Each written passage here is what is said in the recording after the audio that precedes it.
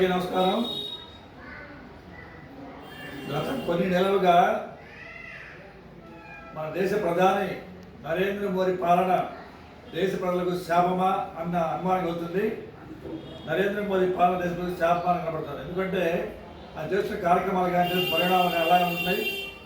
ఎందుకంటే గత పోయిన సంవత్సరం రైతు వ్యతిరేక చట్టాల వ్యతిరేకంగా దాదాపు కొన్ని లక్షల మంది రైతులు దేశం నడిపొట్టి ఢిల్లీలో ఉద్యమం చేశారు.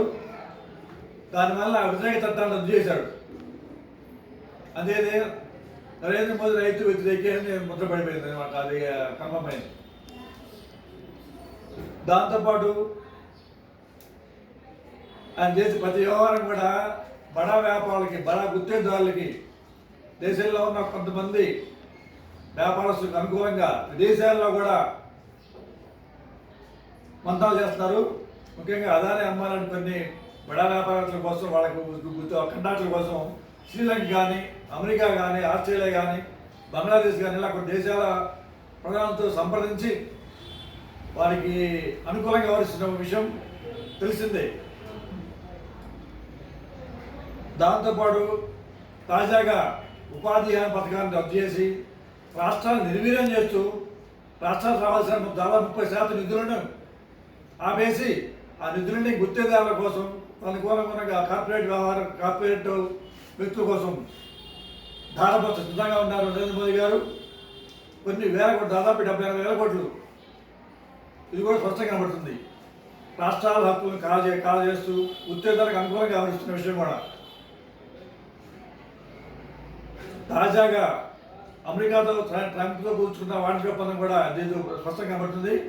ఎందుకంటే ట్రంప్ అమెరికా మన వచ్చిన దిగుమతులపై 0% పన్ను, కానీ మన దేశంలో అమెరికా వెళ్తే వస్తువులపై 18% పన్ను.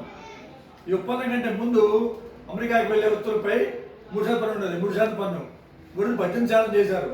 కానీ ఈ ఒప్పందాన్ని కొంతమంది మీడియా, బీజేపీ నరేంద్ర మోడీకి భజన మీడియా పరిగెట్టుకొని అది పెద్ద కార్యక్రమంలాగా వ్యవహరిస్తూ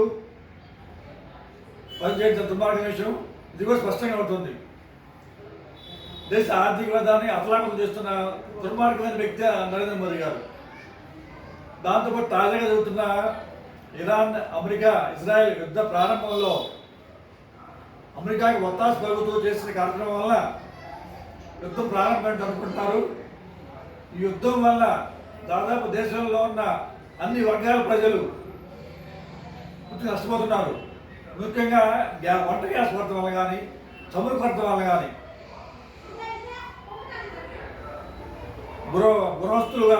గృహస్థులు, వ్యాపారస్తులు, పెద్ద కార్పొరేట్ ప్రతి ఒక్కరు నష్టపోతున్నారు. ఇదే యుద్ధం కొనసాగితే దేశంలో తీవ్ర ఆందోళన జరిగే అవకాశం ఉంటుంది. కాబట్టి ఇలాంటి దుర్మార్గమైన వ్యక్తి, దారుణమైన వ్యక్తి, దేశ ఆర్థిక వ్యవస్థని అతలాకుతలం చేస్తున్న వ్యక్తిని ప్రధానమంత్రిగా కొనసాగించడం న్యాయమా? ఇది దేశ శాపం కాదని మేము అనుకుంటున్నాం.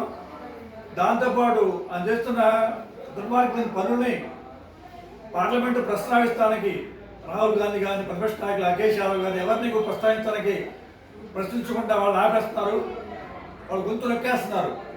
ఎందుకంటే ఎఫ్స్టీన్తో ప్రధాన సంబంధాలతో కానీ, అదేవిధంగా రష్యన్ అధికారి నరవణ పుస్తకం గురించి కానీ, లేదా గ్యాస్ కొరత మీద కానీ, ట్రంప్ వాణిజ్య విధానం మీద కానీ ఏ అవకాశం పార్లమెంట్లో ప్రతిపక్ష నాయకులు మాట్లాడిన ఇట్లా.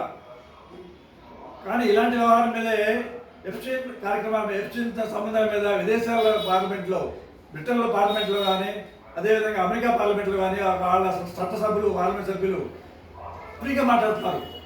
ప్రతిపక్ష నాయకులు, మన దేశంలో ప్రతిపక్ష నాయకులు పూర్తిగా నోరు నొక్కేస్తున్నారు.